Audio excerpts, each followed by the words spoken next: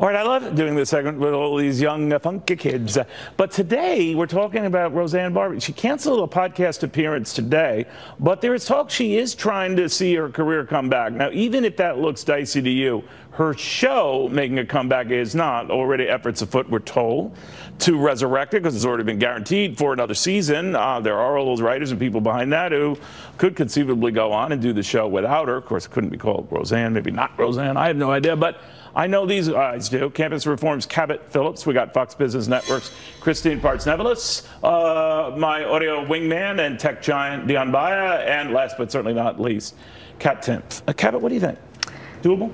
I don't think it's doable with Roseanne. I think obviously Roseanne is going to have opportunities in the future, I would say. I think people have a short memory, and there's so many celebrities doing so many stupid things. I think a lot of Americans they forget who they're supposed to be outraged at.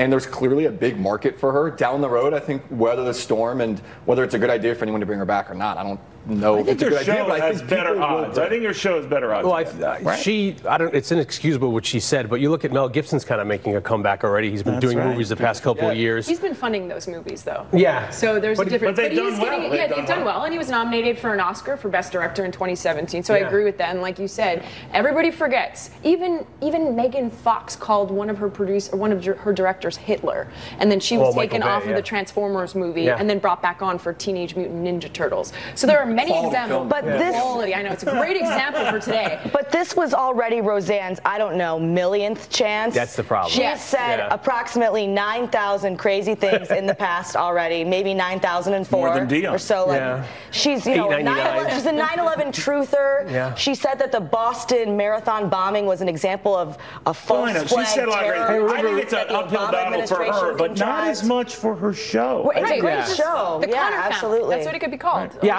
I'm surprised they acted so quickly in canceling the show, and instead, like with House of Cards, they kind of wrote out Kevin Spacey. Kevin Spacey. Yeah, so why not? Yeah, I mean, it'd be hard because it's called Roseanne, but if they did something to the Connor family, that makes sense. That's why they canceled it, so that there's no negativity. Let's recall it something completely different. Yeah. Same family, and Roseanne maybe ran off, and she got over in what is it in 1989, 1990 when she went out and did that stuff on the drunk doing the national anthem and spitting and all that, and she wasn't canceled then or anything. Country She's had 9 lives already, and then some. I'll tell you. All right, I want to switch to a subject that a lot of people can relate to. If you ever do these critical reviews online of anything on any particular site, but this was a doctor who's now suing a patient for $1 million because she gave a really bad review on Yelp.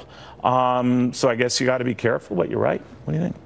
Yeah, but who leaves the reviews on Yelp anyways? You do? Really? I never do. I feel like a lot of the people who routinely leave reviews on Yelp are ridiculous and very, very picky. They'll be like, the service was great. The atmosphere was great. The food was great, but the free bread was stale, 1 star. I've done TripAdvisor. This is a doctor, stuff like that. This is a doctor who doesn't like the way it was characterized. I'm reading it. You're complaining about maybe the people that are writing it, but I read it too. I'm just too lazy to write anything. I've got too much other things going on. Study came out, 49% of people said they won't go to a business if they read the reviews and it's below 4 stars.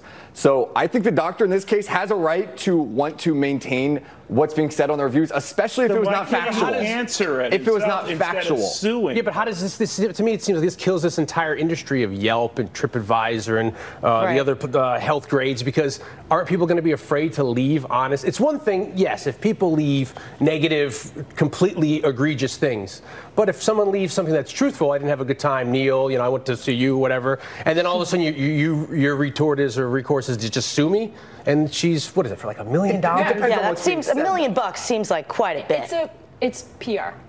We're talking about him right now. This doctor, his face is in all of these advertisements. He's getting free airtime to the millions of viewers that are watching. People want to go to him, though. But maybe. The thing that people have to be thinking, my gosh, if I better be careful what I say because I want to write something critical, I could be sued. This has been going on for some time, though. He's not the first person to sue somebody that's written a negative review. It's just there was a chimney company in 2016 that went after a woman. A famous chimney company. It's an example. There's examples.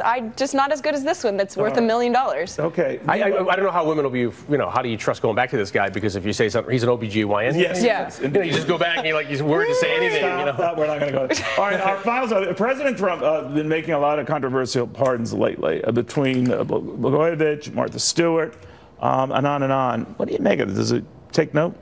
I don't have a problem with any of these pardons necessarily, but I think if he's going to be pardoning people, he needs to pardon Matthew Charles. I don't know if all of you have heard this story, but this guy that was out for 2 years, he had a steady job, steady girlfriend, volunteering at a food pantry every Saturday, and it turns out he was released in error, so they're sending him back for another decade. I think they already sent him back. Yeah, they sent him back for another decade. And they I think have petitioned him to do that. Really awful, and I think that if he's going to be pardoning all these people, that there's no one who deserves it more. In Blagojevich's case, you don't pardon as much as you would commute the sentence. He's serving the 6th year of a 14-year sentence. I think the White House also needs to be aware of the optics of it. Right now, it looks to many people like Trump is just pardoning people that were on The Apprentice or people that are political, supporting him, political connections. I think it's always a good thing if justice is being served and the president's using their power in a smart way. Jack Johnson thing. Power, though.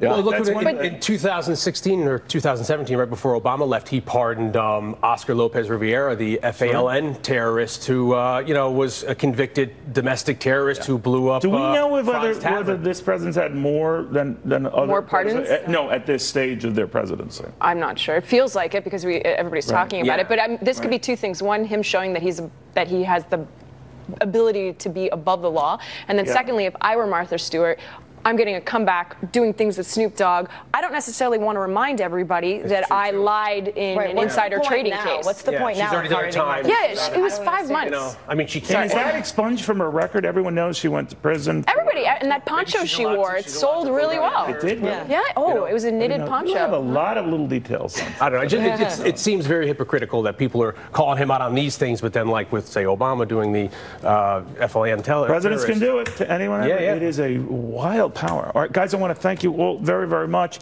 In the meantime, we're going to explore a little bit more detail how the president came from walking away from talks to now getting them back on. Now, some call that obstinate and stubborn. Others are saying it just could be genius. After this.